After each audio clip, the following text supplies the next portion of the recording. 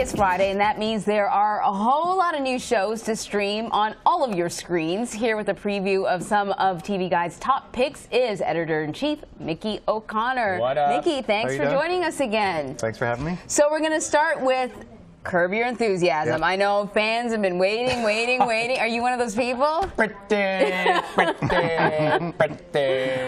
can we play a little of it first, and then we'll talk? Okay. You're devoid of anything that's remotely caring or empathetic. Shut up. That is a great compliment. You don't come to work for 2 days because you were constipated? Yeah, luckily it was only 2 days. People do things constipated. Come on, I shot a porno constipated. I ran a 5K marathon constipated. I was in a hot dog eating contest constipated. And I still won.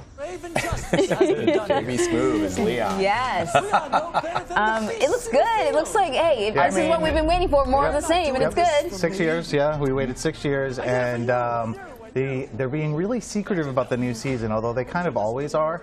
But the one thing I can tell you is that, you know, there's another big project that Larry's been working on. I'll give you a one-word hint. Fatwa. What? Oh, that is a good hint. That's a really good hint. So I wonder if it has anything to do with the Palestinian chicken. Nope, it doesn't. No? It doesn't. Nope. Okay. But that's a good guess. chicken. That's a good guess. Good episode. A lot of great guest stars as usual. Lauren Graham from Gilmore Girls is going to be on. Bryan Cranston, Nasim Pedrad from SNL. Yeah. You saw Carrie Brownstein in the clip. Ed Begley Jr. and all the people that you remember from the cast are coming back. Ted Danson, Mary Steenburgen. And so yeah, so it's a new series. I think it's more of the same. It's like, you know, what you expect of that show. That's fine. Don't mess with it. Yeah, exactly. I love, look at Bryan Cranston. I mean, everybody obviously remembers Walter White from Breaking Bad, and of course he played the goofy dad Malcolm in the Middle, but Dr. Tim Watley there you go. on Seinfeld. Yeah. He's the anti-dentite, right? Yeah. No, he's great, and I think he plays Larry's therapist this season. So yeah. Yeah. I love that. So I think that you know, you'll love it. You know. I can't wait. Yeah. All right, so let's stick to comedy and talk about the new Netflix cartoon series, Big Mouth. Yeah. It stars Nick Kroll. It's a new show. It's definitely not a cartoon for kids. It is You've not. actually seen an episode, Emery, right? It is about kids, but it is very adult-oriented. Can we listen? I don't know what we can listen to. Let's see what they've carved up here. We can't listen to it? Okay, we can't listen to it. It's adult-oriented. But it's that like racy? It's about puberty. What's more Wait, why did you say when you saw this you thought of me? Because it's from a boy's point of view, and I found myself laughing out loud, but I also found myself going, is that what boys go through? Right. Is that what Vlad went through? Oh my God. Okay. So Mickey, have you seen a couple of episodes? I've seen one episode. So did you know what my puberty like it's trials and tribulations were? Yeah, I mean, I think it's like it's a lot of things you never thought you'd hear someone say out loud. It's very funny. It's by Nick Kroll, the comedian. He got all his famous friends on board. Maya Rudolph, Fred Armisen.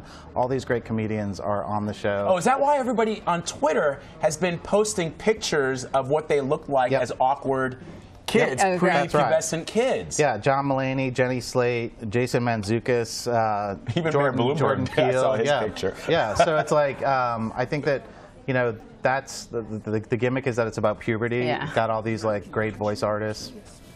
You know, it's as awkward as puberty is, and it's as funny as puberty is when someone else is going through it, and it's not you. It'll make you sort of like gasp and then laugh. Yes. Like it's sort of, that's a good way to describe it. It's shocking. Okay, so we do have some serious picks, right? Yeah. We have Amazon's got a new series called Tin Star. It's a murder mystery sort of thing. Let's take a quick peek.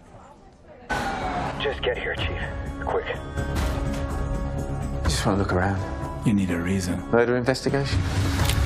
You seriously think an oil company killed him? Yeah. A Canadian oil company? Yeah, I did. Your only hope is to cooperate fully with Nord Stream Oil. So the backdrop, the Canadian Rockies, the Great White North, in a remote town. Yeah, so Tim Roth plays kind of a British detective who moves his family there to sort of work in this small town. A big oil company comes in, the big bad. Christina Hendricks from Mad Men, she plays kind of the rep of the oil company, and she's kind of like the beautiful face in front of like all the ugliness that's going on in the company. Interestingly, I thought that was going to be pretty straightforward. That was going to be it, about corruption, big company, whatever. There's an added wrinkle, which is that Tim Roth's character has an alter ego that comes out when he drinks. His character's name is Jim. His alter ego is named Jack. So, and you know, so there's a little bit of an added wrinkle. It's really interesting. At first, I was like, particularly we've seen this before, right? Yeah, right. Particularly because he's a great actor, so it's like him playing crazy. I'm on. Yeah, I'm on board. Cool. Yeah. Let's talk about a show that is available on CBS All Access right now, Me, Myself, and I.